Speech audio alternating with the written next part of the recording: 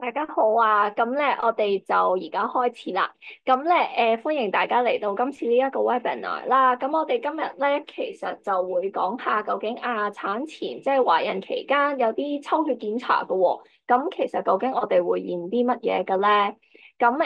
我或者介紹一下自己先啦。咁我姓賴嘅，咁啊就喺瑪麗醫院而家做緊婦產科醫生。咁如果大家一路聽嘅時候有啲咩問題咧，都可以喺翻嗰個 Q&A 嗰個 chat 嗰度寫低，咁我哋就會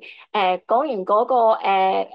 webinar 之後咧，咁我哋都預留咗少少時間去解答翻大家嘅問題咁樣樣嘅。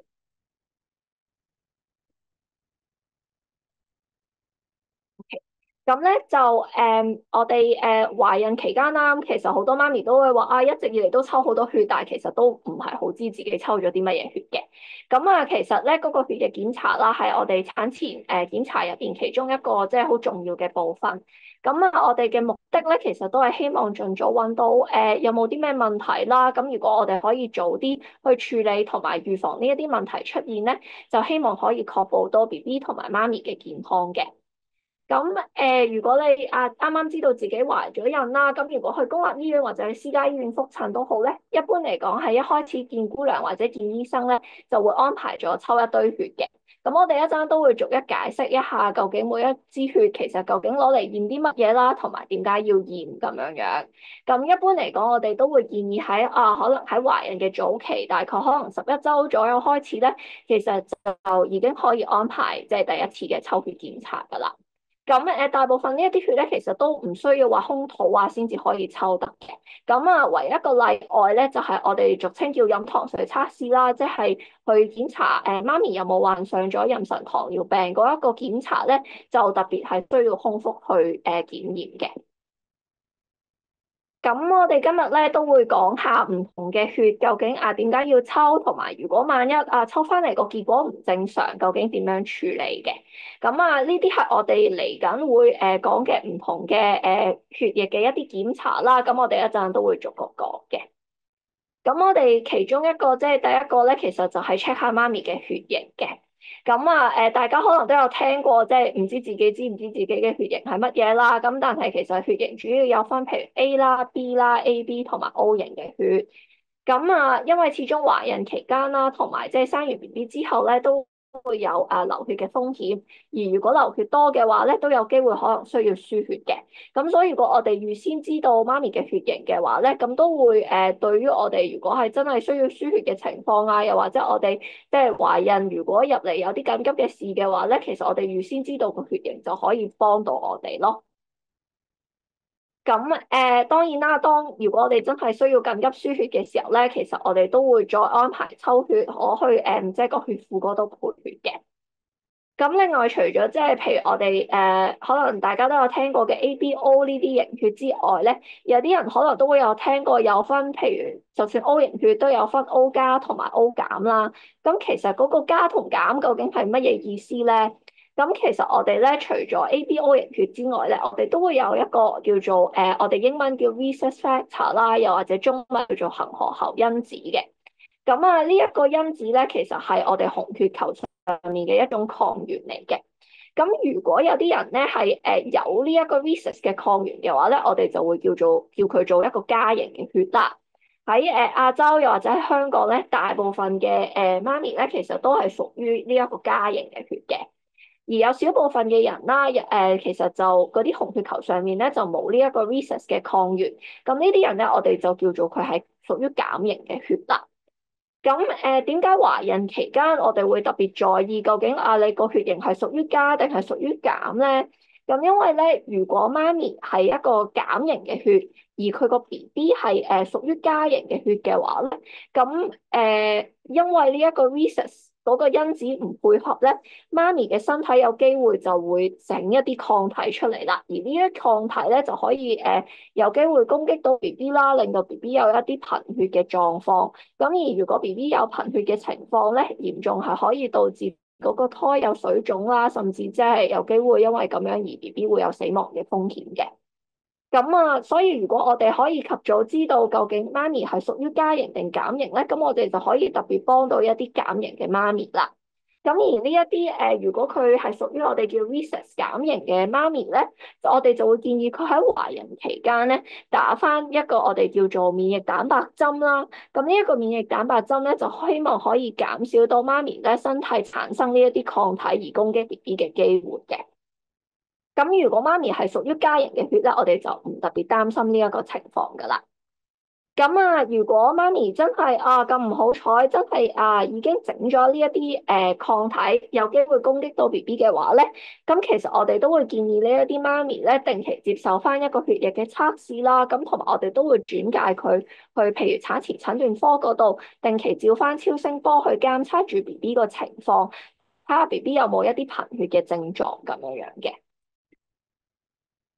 咁另外啦，我哋除咗即係睇個血型之外咧，咁其實我哋都會抽翻睇下媽咪有冇一個貧血嘅情況。咁一般如果貧血嘅話咧，咁我哋抽血就會見到嗰個血色素嘅含量就會偏低啦。咁血色素咧其實就係喺啲紅血球入邊負責咧將啲氧氣咧由我哋呼吸肺部嗰度啦輸送到身體各個部位嘅。咁因為懷孕期間啦，媽咪除咗供血俾自己之外，要供血埋俾 BB 啦，咁所以咧本身媽咪身體嘅血液嗰個份量咧，其實會喺懷孕期間增多嘅，亦都會隨住周數越大啦，咁血液嘅份量亦都會越多，咁變咗有少少好似溝淡咗自己啲血色素咁樣啊，咁所以咧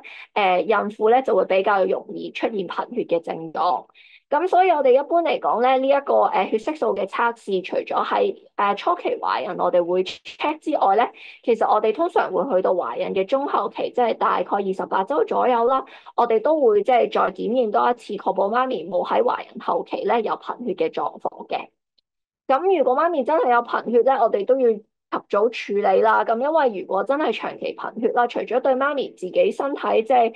抵抗力會差啲啊，又或者長遠對心臟都唔好之外咧，其實懷孕之後流血或者感染呢一啲風險咧，亦都會相對高啲嘅。咁所以變咗，要我哋知道有血色素低嘅問題嘅話咧，咁我哋都會再通知翻媽咪啦，咁我哋就會再就做一啲相應嘅治療咁樣樣。咁因為貧血其實都有好多唔同嘅原因都可以嘅。咁當然我哋頭先講話血液個份量多咗就係一個最常見嘅原因啦。咁但係其實都有一啲其他比較常見嘅原因咧，可以導致到貧血。咁例如就係地中海貧血啦，又或者唔夠鐵質都可以引致到有貧血嘅情況嘅。咁我哋點樣容易啲分辨到究竟呢啲媽咪會唔會有呢個地中海貧血或者缺鐵性貧血咧？咁我哋一般嚟講咧，其實就會檢驗一個我哋叫 MCV 嘅指數啦。咁中文咧就係呢個平均紅血球容積嘅。咁如果我哋真係覺得見到有一個 MCV 低嘅情況嘅話咧，咁我哋都會再做進一步嘅檢查，去分下究竟媽咪係屬於一個缺鐵性嘅貧血定係地中海貧血嘅情況。咁我哋會先講咗呢個缺鐵性貧血點樣處理先嘅。咁如果我哋再幫媽咪抽血，發覺原來佢個鐵質個含量真係偏低喎。咁其實咧，我哋都會即係叫媽咪咧，除咗喺飲食上面即係做一啲處理之外咧，我哋都會開翻一啲鐵丸去補充翻媽咪嗰個鐵質嘅。咁其實缺鐵性貧血喺懷孕期間亦都相對常見一啲啦，因為媽咪咧喺懷孕期間對於鐵質個需求咧會增加咗嘅，咁所以即係容易會出現唔夠鐵質嘅問題。咁頭先講過啦，其實咧我哋飲食上面咧都可以有啲方法處理到增加到即係我哋嘅鐵含量嘅。咁而除咗即係真係食啲鐵質豐富嘅嘢食之外咧，其實我哋都會建議即係食多啲有維他命 C 嘅嘢食。咁因為其實本身維他命 C 咧都會可以幫助到身體咧吸收鐵質，吸收得好啲嘅。咁除咗飲食上面之外咧，另外咧，通常醫生都會開一啲鐵丸去補充翻嗰個鐵嘅份量啦。鐵就懷孕期間食咧，其實都好安全嘅。咁我哋一般嚟講都會建議係空腹嘅時候咧食用呢一啲鐵丸啦。唯一你話鐵丸咧，相對有時都會有啲比較常見嘅副作用啲。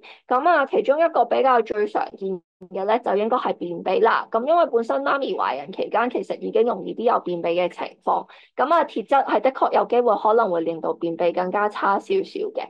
咁當然我哋都會建議媽咪可能飲翻多啲水啊，食多啲蔬果啊嗰啲去補充翻啦。咁但係如果真係幫唔到手嘅話咧，咁我哋都可以開一啲軟大便嘅藥啊嗰啲去幫助即係解決嗰個便秘嘅問題。咁而除咗便秘之外咧，就係、有啲媽咪亦都會覺得可能會一開始食嘅時候有啲作嘔啊，又或者胃痛嘅情況。咁如果有需要嘅，都可以話翻俾醫生聽啦。咁我哋都有啲唔同嘅藥啊，或者方法可以處理嘅。咁一般嚟講啦，大部分如果缺鐵性嘅貧血嘅媽咪咧，其實都可以用飲食同埋即係食鐵丸可以處理到嘅。咁但係如果我哋留意到嗰個貧血嘅情況比較嚴重咧，咁醫生有機會就會安排要入院，譬如輸鐵啊，或者甚至考慮輸血，咁就可以快少少令到嗰個血色素升翻上去咯。咁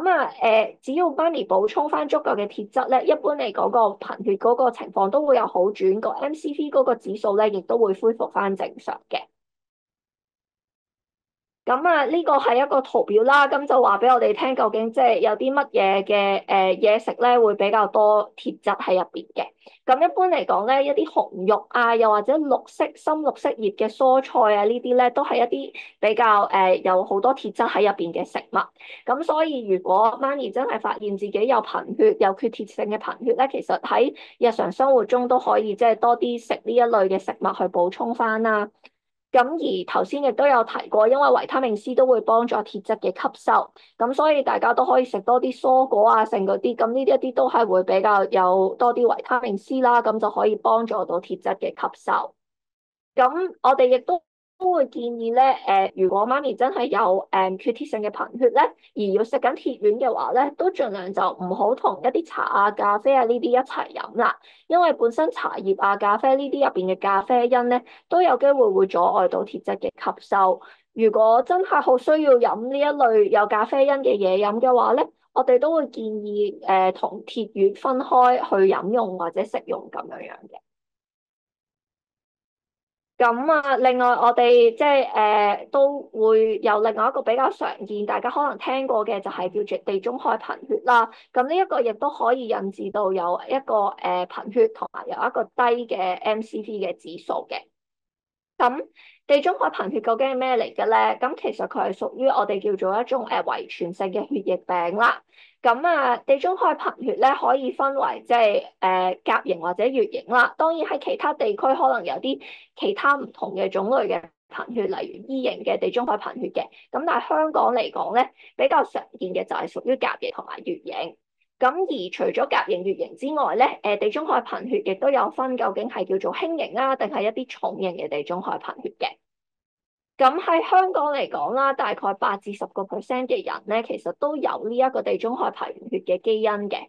咁因為如果即係因為地中海貧血咧係屬於一個隱性嘅隱性嘅遺傳病啦。咁如果你只係遺傳咗一個唔正常嘅基因嘅話咧，咁大部分呢一啲香港人咧，其實佢都冇乜症狀嘅。有少部分嘅人咧就會有好輕微嘅貧血，咁但係有時未必唔驗血咧，其實大部分人都唔知道嘅。咁因為其實都唔會點影響日常生活啦，其實都一般嚟講就唔需要特別嘅治療嘅。咁而我哋喺懷孕咧比較緊張嘅咧，就係反而係睇下 BB 究竟有幾大嘅機率咧會有重型嘅地中海貧血。咁我哋點樣知道 BB 有冇重型嘅地中海貧血咧？咁我哋就要睇下爸爸同埋 BB 嘅媽媽究竟有冇一齊攜帶同一類嘅地中海貧血嗰個基因啊？咁所以咧，如果媽咪我哋驗到佢嘅 MCV 含量比較低，而我哋做進一步嘅測試，發現媽咪係地中海貧血嘅基因攜帶者咧，我哋都會建議 BB 嘅爸爸咧都要一齊抽血驗下會唔會係同一種基因攜帶者啦。咁如果BB 嘅爸爸其實係冇地中海貧血、冇隱性地中海貧血嗰啲基因嘅話咧，咁其實我哋就唔會特別需要擔心 BB 嘅風險嘅。咁因為 BB 咧最多可能都只係好似同媽咪一樣有隱性地中海貧血，咁所以我哋就唔需要特別太過擔心佢哋嘅。咁但係啦，如果 BB 嘅爸爸亦都發現係有同一類型嘅隱性地中海貧血咧，咁其實個胎就會有1/4個機會咧患上咗重型嘅地中海貧血。咁啊呢一啲情況底下咧，我哋都會建議媽咪咧需要轉介去我哋產前診斷科啦。咁佢哋可以做進一步嘅檢查，去確認 BB 究竟有冇受到重型地中海貧血嘅影響嘅。咁唔係所有 BB 都會有影響啦，只係有1/4嘅機會有呢個情況。咁但係咧，我哋就需要及早知道究竟呢個 BB 有冇受到影響啦。因為無論佢係屬於即係甲型定係乙型嘅重型地中海貧血咧，對於 BB 嚟講都有一個風險喺度嘅。咁啊，甲型一般嚟講咧，因為喺懷孕期間咧，BB 已經有機會受到影響㗎啦。咁啊，當然啦，而家有啲新嘅方法可以希望喺胎入邊已經幫到 BB，譬如輸翻啲血俾佢，希望減低佢嗰個嚴重貧血嘅情況。咁但係如果冇呢一啲及時嘅治療嘅話咧，BB 係有機會因為嚴重嘅貧血而胎死腹中嘅。咁而乙型嘅重型地中海貧血咧，相對喺肚入邊，媽咪當 BB 仲喺媽咪肚入邊嘅時候咧，其實發育啊亦都係正常，亦都冇一個貧血嘅狀況。咁但係當 BB 出咗世之後，因為佢冇辦法製造到正常嘅紅血球咧，佢亦都會需要接受定期嘅輸血啦，同埋一啲去鐵嘅治療，咁就希望可以舒緩到佢貧血嘅症狀嘅狀況嘅。咁我哋頭先就有提過，即係地中海貧血啦。咁我哋除咗即係地中海貧血，即係我哋嘅血色素啊之外咧，咁其實我哋都會安排抽一啲感染嘅一啲指數去睇下啊，有冇一啲感染嘅風險嘅媽咪懷孕期間。咁我哋其中一樣會檢查嘅咧，就係我哋叫做德國麻疹嘅抗體。咁啊，德國麻疹究竟咩嚟嘅咧？咁其實佢係屬於一種傳染病啦。咁有啲人咧，其實感染咗，尤其是即係一般嘅成年人啊，又或者甚至小朋友都好咧，其實可能只係有少少唔舒服或者冇病徵都得嘅。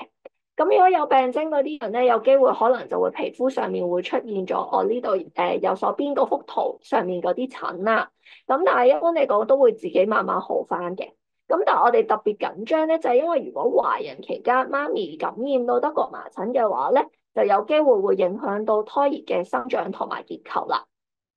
咁尤其是如果媽咪喺好早期懷孕，意思就係12週之前已經受到呢一個感染嘅話咧，個胎咧都好大機會有一啲先天性嘅缺陷啦，例如心臟嘅結構上面嘅異常啊，佢未必可以睇到嘢或者聽到嘢，亦都有機會有智力嘅缺陷等等嘅。咁當然啦，如果媽咪喺懷孕後期啲先受到感染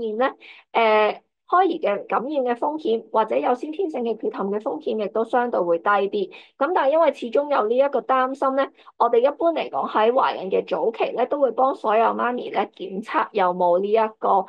德國麻疹嘅抗體嘅。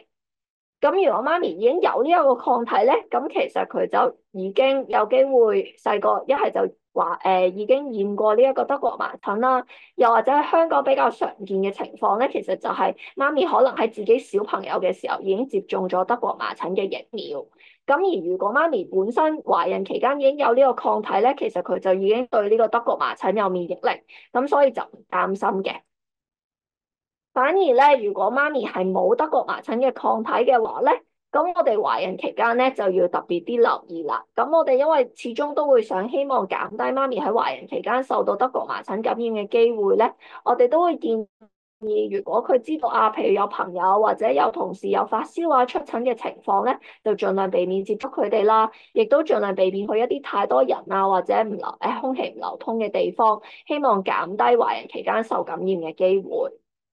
咁好似頭先咁樣提過啦，其實德國麻疹本身係有疫苗可以接種嘅，咁但係呢個疫苗咧懷孕期間就唔適合打，咁所以變咗咧媽咪就唯有只可以喺產後打返呢一個疫苗，咁但係我哋都會建議媽咪照打嘅。咁雖然 BB 出咗世啦，咁但係打咗德國麻疹個疫苗，其實除咗可以保護媽咪自己之外咧，咁如果媽咪第時會再考慮懷孕咧，都可以希望減低下一次懷孕嘅風險嘅。咁個疫苗咧，咁其實就只要生完 BB 之後咧，就隨時都可以打，就算餵緊人奶啊嗰啲咧，其實都唔影響嘅。咁唯一主要要注意嘅地方就係咧，我哋會建議打完針之後咧，起碼頭一個月咧都要即係做一啲避孕嘅措施啦。就唔好一打完針就即刻懷孕。咁雖然如果萬一真係打咗針之後即刻懷咗孕嘅媽咪咧，其實我哋都會建議唔需要太擔心嘅，因為即係都有研究報告話，就算早期懷孕接種咗呢一個疫苗咧，其實都冇因為咁樣增加咗胎兒受到德國麻疹嘅即係感染啊，又或者有先天性缺陷嘅風險。咁啊，另外一樣我哋會抽嘅感染嘅項目咧，其實就係乙型肝炎嘅。咁啊，香港咧其實有大概5至6%嘅人口咧都係乙型肝炎帶菌者嚟嘅。咁大部分乙型肝炎嘅帶菌者咧，其實都冇任何嘅症狀㗎。咁但係因為佢係屬於一種慢性嘅肝炎啦，久而久之咧，亦都有一個風險咧，嗰個媽咪嘅肝咧會有肝硬化甚至肝癌嘅出現。咁所以其實就算冇懷孕嘅媽咪咧，如果知道自己係即係乙型肝炎嘅帶菌者咧，其實都係需要接受定期嘅監察嘅。咁而家亦都有一啲抗病毒嘅藥咧，其實可以有效咁樣處理到乙型肝炎啦。咁所以即係只要定期覆診同埋跟進住咧，其實就會比較安全一啲啦。咁我哋懷孕期間，除咗擔心媽咪嘅健康之外啦，咁其實我哋主要都會希望就係減低咧 BB 感染到乙型肝炎嘅機會。咁因為乙型肝炎咧係可以有呢個我哋俗稱叫做母嬰傳播嘅即係風險啦。咁意思就係咧，媽咪咧喺生產嘅過程入邊咧，將嗰個乙型肝炎咧傳咗俾 BB。咁呢個風險咧，無論係順產又好，開刀又好咧，都有呢一個風險。而如果 BB 因為喺出世嘅過程入面受到感染咧，有90%嘅機會咧，有機會會發展做即係大個咗都會有慢性嘅乙型肝炎。咁但係啦，又係啦，因為而家咧其實都會有一啲抗病毒嘅藥物可以服用嘅。咁如果我哋及早知道媽咪係一個乙型肝炎嘅帶菌者，而採取適當嘅行動咧，咁其實嗰個母嬰傳播嘅機率可以由90%減到好低好低嘅。咁我哋除咗媽咪喺懷孕期間，如果佢嘅病毒量比較高，我哋會建議佢食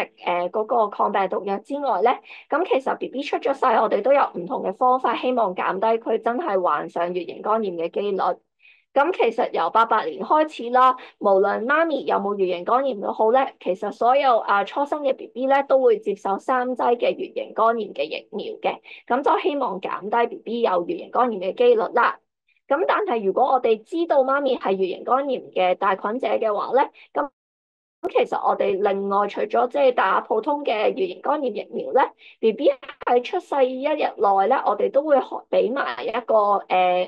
免疫球蛋白佢，希望即係再提供額外嘅保護，盡量希望減低即係BB 有乙型肝炎嘅機會嘅。咁只要即係媽咪懷孕期間有跟醫生嘅需要去服用嗰個抗病毒藥啦，咁另外 BB 出世又打咗個疫同埋嗰個蛋白嘅話咧，咁其實就唔需要特別太過擔心。而譬如果媽咪本身係有考慮餵人奶嘅話咧，亦都可以放心，因為其實餵人奶就唔會增加咗 BB 感染到乙型肝炎嘅機會嘅。咁我哋下一樣會講嘅咧，就係呢個梅毒嘅試啦。咁梅毒咧，其實都係屬於一種傳染性嘅疾病嚟嘅。咁佢可以經過血液啦，又或者一啲性接觸咧去傳播到嘅。一開始如果一個人染上咗呢個梅毒嘅話咧，有時啲症狀未必好明顯嘅。咁但係咧，呢個梅毒咧就可以喺身體入面咧保持一個唔活躍嘅狀態，好耐好耐，幾十年都可以嘅喎。咁但係咧，有時某一啲 trigger，例如譬如當抵抗力差啲或者年紀大咗咧，嗰個梅毒就有機會突然間變翻活躍啦。去到後期咧，就會令到有啲人就會開始留意到，譬如生殖器官又或者身體唔同嘅地方會出現一啲皮疹又或者瘡仔咁樣樣。咁亦都點解我哋會檢查呢一樣嘢咧？就係如果懷孕嘅媽媽有梅毒而又冇接受適當嘅治療咧，個梅毒係可以經過胎盤感染到 BB 嘅。咁如果個胎真係感染到，經過個胎盤感染到梅毒咧，咁其實後果都可以好嚴重嘅。有機會會有流產早產甚至即係我哋叫死胎嘅狀況出現啦。咁而 B 亦都有機會有啲先天性嘅缺陷，例如睇唔到嘢、聽唔到嘢，又或者身體上面都會有啲唔同嘅表徵，令到我哋知道佢可能喺肚入面已經感染咗梅毒。例如可以見到幅圖入邊佢啲牙齒嘅形狀嗰啲可能會唔係好一樣嘅。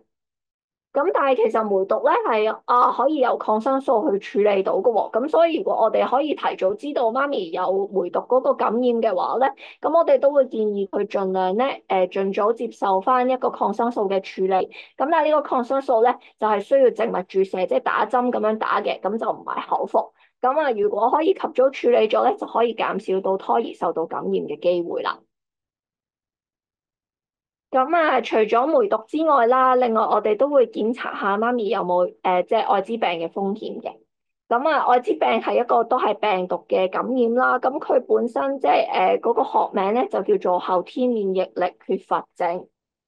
咁因為愛滋病嘅病毒咧係可以攻擊我哋人類嘅白血球嘅其中一種細胞。咁如果攻擊咗佢嘅話咧，就有機會破壞到即係免疫系統嘅運作啦，令到即係呢一啲病人咧冇辦法即係抵抗到一啲細菌或者病毒嘅侵襲。咁所以咧，我哋就要特別留意啦，尤其是喺懷孕期間。懷孕期間，即係我哋究竟點樣會得到呢一個愛滋病咧？咁其實佢都係屬於一個血液或者性接觸傳染嘅一個病毒嚟嘅。咁另外，我哋懷孕期間特別會留意咧，就係因為媽咪咧亦都有機會可以將個愛滋病嗰個病毒咧傳咗俾 BB。咁呢一個風險咧，可以喺懷孕期間啦，可以喺生 BB 啦，又或者餵奶奶嘅過程中咧，將個病毒傳染咗俾個胎嘅。咁佢總合嗰個機率咧，就講緊去到4成左右。咁但係咧，其實如果我哋可以及早知道媽咪有呢一個情況，我哋其實都有藥同埋一啲唔同嘅治療嘅方法咧，可以將嗰個感染嘅機率減到剩翻1至2%嘅。咁除咗媽咪喺懷孕期間，即係定期食翻一啲抗愛滋病嘅病毒嘅藥之外咧，咁我哋亦都會去到懷孕嘅後期，去睇下邊一個分娩嘅方式係最適合媽咪啦。而 BB 出咗世之後咧，亦都會接受呢一個抗病毒嘅藥物嘅處理嘅。呢一啲如果我哋全部都做晒嘅話咧，咁其實咧 BB 真係因為媽咪而患上愛滋病嘅機會率咧，其實就可以降到好低噶啦。咁咧，我哋就會講埋最後一種，即係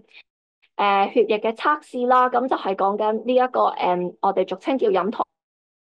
水測試，又或者我哋叫做口服葡萄糖嘅耐量測試。咁其實呢個測試咧，就係睇下媽咪媽咪嘅身體咧處理血糖嘅能力，睇下媽咪咧會唔會患上咗妊娠糖尿嘅。一般咧呢一個檢查咧就係要抽空腹血開始，咁所以咧媽咪咧要喺測試之前嘅8個鐘頭咧就唔好再食嘢或者飲一啲有味嘅嘢啦，咁只可以飲清水嘅啫。咁佢去到門診咧，我哋就會幫佢安排抽第一次嘅空腹血，做一個空腹血糖嘅檢驗啦。咁之後咧，一般嚟講，我哋就會俾一杯有75個 gram 嘅葡萄糖嘅糖水媽咪去飲嘅。咁我哋會建議喺10分鐘到15分鐘內咧，其實就要飲晒嗰一杯糖水噶啦。飲完糖水之後2個鐘頭後咧，我哋就會再抽血，咁就睇下咧2個鐘頭後嘅血糖值究竟有幾高嘅。如果即係媽咪係冇妊娠糖尿嘅話咧，咁佢個空腹嗰個血糖值咧就應該係低過5.1，而2個鐘頭後咧，我哋就希望媽咪嗰個血糖咧係低過8.5。咁如果是但一個指數係高過我哋頭先講呢一個 level 嘅話咧，咁媽咪就係有妊娠糖尿嘅情況啦。有邊啲人究竟會大啲機會有妊娠糖尿咧？咁其實都有唔同嘅風險因素嘅，例如高齡產婦啦，媽咪本身比較大隻啲啦，爸爸媽媽或者有家族歷史係有糖尿病嘅情況啊，又或者以前都已經患上過妊娠糖尿病嘅媽咪咧，咁呢一啲人嘅風險就會高啲嘅。咁啊，唔同醫院都可能會有少少唔同嘅安排嘅。咁但係一般嚟講咧，我哋都會建議大概喺懷孕嘅中期，大概24至28週左右咧，就會檢測係有冇妊娠糖尿病。咁有某啲病人，如果我哋覺得佢患上妊娠糖尿嘅風險係比較高啲嘅話咧，我哋都有機會可能會喺懷孕早啲嘅時間安排呢個測試啦。又或者去到後期，我哋真係發現，譬如 BB 嘅 size 過大啊，胎水過多，有機會其實係因為媽咪有妊娠糖尿影響到咧，我哋都可以安排額外嘅飲糖水測試嘅。咁啊，本身妊娠糖尿其實喺香港都相對比較常見一啲啊，講緊有大概10至20%嘅媽咪其實都有妊娠糖尿，咁大部分媽咪咧其實都冇好明顯嘅症狀嘅。咁妊娠糖尿咧，其實主要都係因為懷孕嘅荷爾蒙嘅變化引致啦。咁因為懷孕荷爾蒙咧會影響咗本身我哋身體入邊嘅胰島素嘅正常運作，咁所以變咗咧媽咪身體處理血糖嗰個能力咧就相對會爭啲啦。咁啊，如果真係發現咗媽咪有妊娠糖尿咧，咁一般嚟講，我哋都係希望盡量用飲食嘅方法控制咗先嘅。而大部分媽咪咧，經過飲食嘅調節啊，同埋做適量嘅運動咧，其實都可以控制到個血糖。咁我哋會有營養師啦，咁同埋一啲糖尿科嘅姑娘咧，都會教媽咪點樣可以揀一啲適合嘅食物啦。咁同埋就點樣可以喺屋企監察啲血糖，咁就我哋俗稱做嘅篤手指嗰個檢查血糖嗰個情況啦。咁我哋都會教媽咪咧，即係揾張紙寫低翻自己嘅血糖嘅一啲指數啦。咁喺每一次產檢都帶翻嗰個記錄翻去咧，等醫生可以睇翻究竟血糖嘅控制係點樣樣。咁啊，如果真係血糖啊冇辦法可以調節到係正常嘅範圍之內咧，咁我哋有時都需要揾內地內分泌科嘅醫生去睇媽咪啦，咁就有機會可能要考慮即係打胰島素去短暫去控制翻啲血糖嘅。咁就算媽咪真係需要即係要開始打胰島素都好，其實都唔需要太擔心嘅。本身胰島素咧，其實喺懷孕期間打就好安全。咁只要跟翻醫生嘅指示去校翻適合嘅劑量咧，咁就可以噶啦。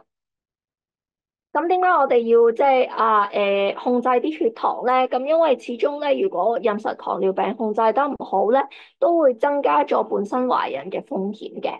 咁BB 有機會可能因為血糖控制得唔好而體重或者肚圍過大啦，胎水嘅分量有機會唔正常，例如過多嘅情況啦。而如果喺媽咪生小朋友嘅前後啲血糖都真係控制得唔好咧，其實 BB 出世咧反而有機會有低血糖嘅情況啊，唞氣可能冇咁叻啦，亦都會增加咗譬如一啲黃疸性嘅風險。咁所以咧變咗我哋都會希望媽咪盡量可以喺懷孕期間咧控制到啲血糖嘅。咁只要可以好好控制啲血糖咧，咁其實都可以減少到即係併發症發生嘅風險。咁我哋頭先都有講過啦，因為即係妊娠糖尿佢嗰個點解會發生咧？其實都係因為啲懷孕荷爾蒙引致嘅。咁所以咧，一般嚟講咧，當 BB 出咗世之後咧，其實嗰個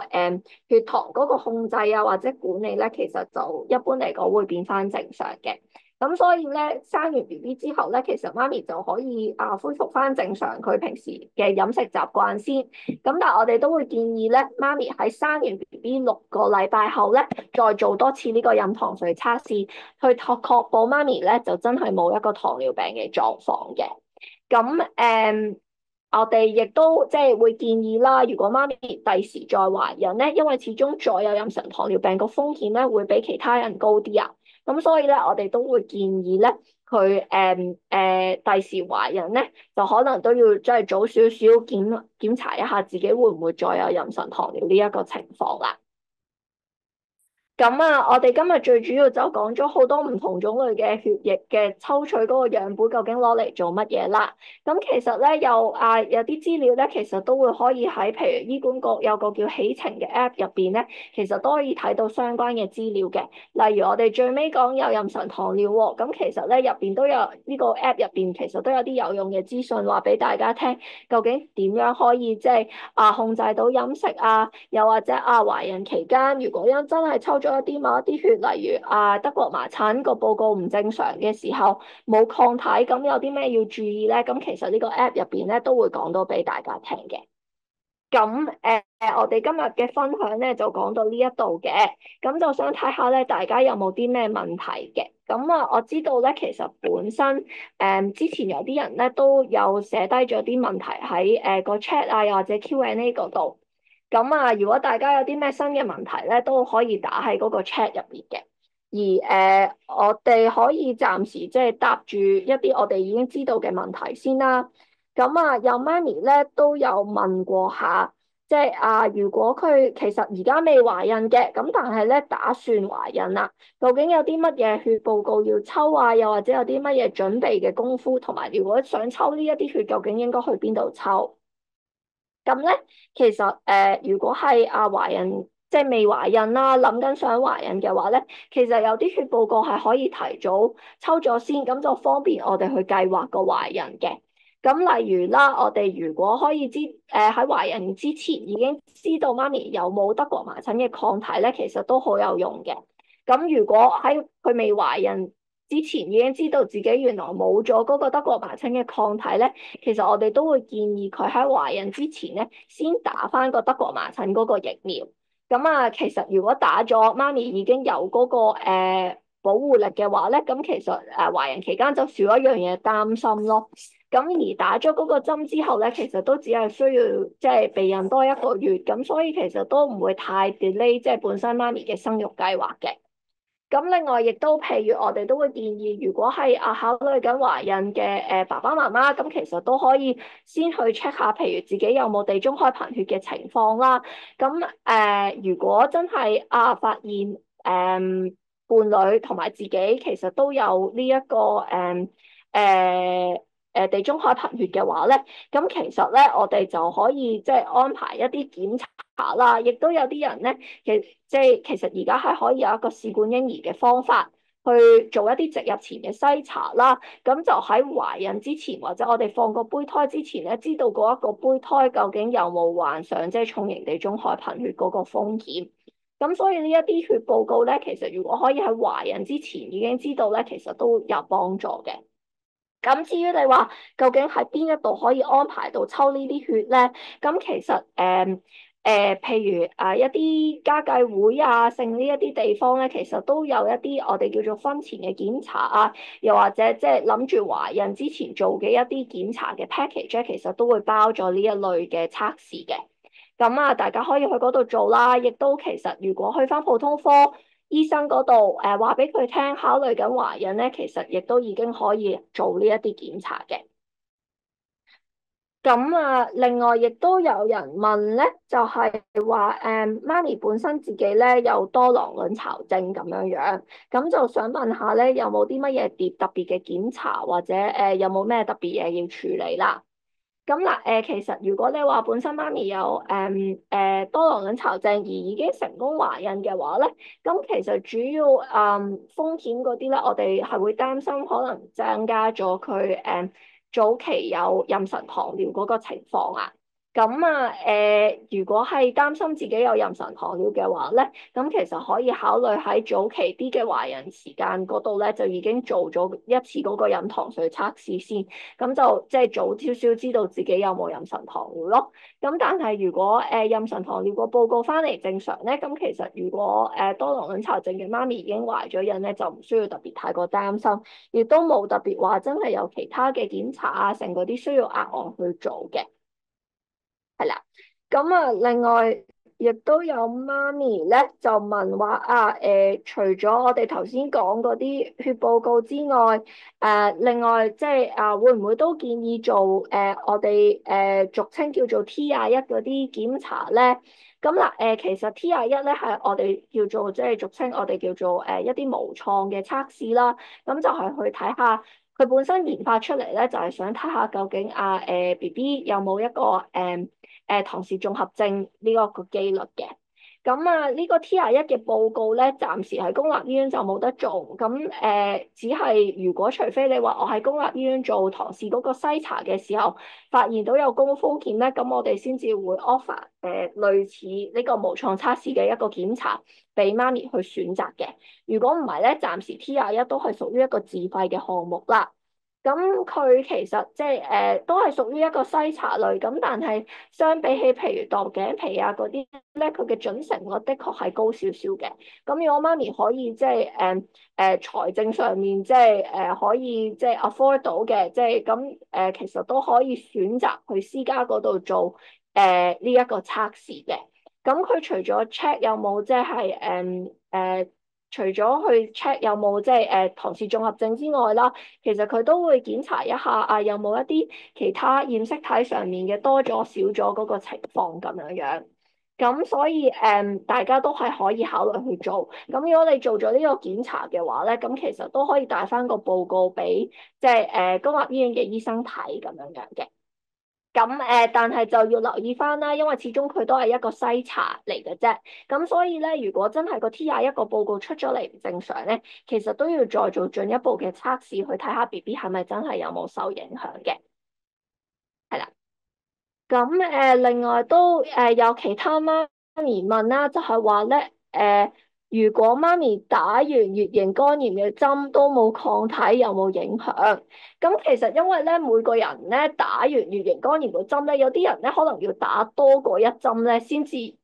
可以即係成功整到啲抗體喺自己個身體入邊嘅。咁當然其實如果你打咗咧，身體已經有接觸過嗰個乙型肝炎嘅話咧，咁其實嗰個風險相對係低啲。不過我哋都會建議咧，即係再抽血啦。如果有需要嘅話咧，其實有機會可能要再額外再補打多幾針咧，先至真係有嗰個即係保護嘅作用咁樣樣咯。係啦。咁另外有媽咪咧就問，如果有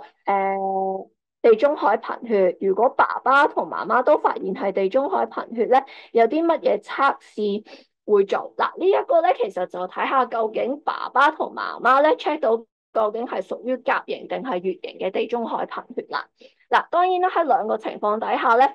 100%要知道究竟 BB 有冇地中海貧血咧，其實就可以做一啲入侵性嘅檢查，例如考慮抽胎水啦，去 check 下究竟 BB 嘅基因咧有冇重型地中海，有冇受到重型地中海貧血影響嘅。咁因為頭先提過咧，就係地中海貧血本身就係屬於一種隱性地中海嘅，即係隱性嘅遺傳病啦。咁所以咧，爸爸同媽媽係各自俾咗一個唔正常嘅基因 BB 咧，兩個加埋一齊咧，BB 先至會有症狀。咁如果我哋安排抽胎水啊，又或者抽一啲絨毛嘅測試嘅話咧，咁我哋就可以喺基因上面知道 BB 究竟有冇攞咗爸爸同媽媽各一個唔正常嘅基因，而去估計佢究竟有冇地中海貧血啦。咁但係當然啦，因為始終呢啲入侵性嘅檢查咧，都有一個好細嘅機會會導致流產嘅。咁所以我哋一般嚟講都會同媽咪、爹哋去商量，究竟佢想唔想去做呢一啲測試。咁除咗我哋話 check 下佢有冇重型地中海貧血咧，頭先我哋有提過，本身地中海貧血其實有分甲型同埋乙型嘅地中海貧血啦。咁如果係甲型嘅地中海貧血咧，頭先有提過就係因為 BB 喺肚入邊其實已經有一個貧血嘅狀況。咁其實咧，如果個胎係有貧血嘅狀況咧，我哋透過照超聲波睇一啲血流嘅指數咧，其實都可以估計到 BB 有冇受到貧血影響嘅。咁變咗，如果爸爸同媽媽都係甲型地中海貧血嘅攜帶者，而佢哋唔想做一啲入侵性嘅檢查去 check 下 BB 個基因有冇受到影響咧，我哋另外一個選擇其實就係定期安排照超聲波，就睇下 BB 一啲血流嘅指數有冇問題啦，有冇一啲貧血嘅症狀，咁去估計究竟 BB 有冇即係呢個重型地中海貧血咯。咁但係如果爸爸媽媽都係乙型地中海貧血嘅攜帶者嘅話咧，咁因為 BB 喺肚入邊其實唔會有貧血嘅症狀或者表徵啊，咁所以變咗如果係乙型地中海貧血咧，就冇一個超聲波嘅監察嘅方法可以選擇。咁如果真係好想知嘅話咧，咁就都可能係要考慮做一個入侵性嘅檢查，先至知道 BB 有冇重型地中海貧血咯。咁如果你話真係懷孕期間選擇唔做一啲入侵性嘅測試，咁亦都有啲媽咪會選擇可能等到 BB 出世，咁啊 BB 出世都可以檢測到咧。咁但係如果 BB 真係唔好彩有重型乙型嘅地中海貧血嘅話咧，咁佢之後就要接受定期嘅輸血啊，同埋一啲去鐵嘅治療咁樣樣，係啦。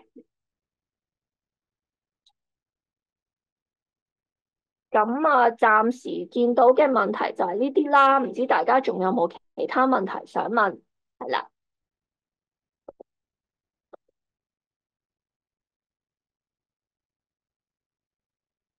咁啊，如果大家都冇其他問題想問咧，咁都好多謝大家今日參與呢一個即係webinar 啦。咁啊，如果大家已經係懷孕緊嘅，有啲咩問題都可以即係喺產前檢查嘅時候咧問翻醫生，又或者一啲平時嘅一啲資訊，關於懷孕嘅營養啊、母乳啊，又或者公立醫院嘅一啲服務資料咧，咁就大家可以睇翻嗰個 app，資源管理局入邊嗰個 app 咧，咁其實都有啲詳細嘅介紹嘅。咁啊，如果係嘅話咧，今日嘅分享就去到呢一度啦，咁就多謝大家嘅參與，係，拜拜。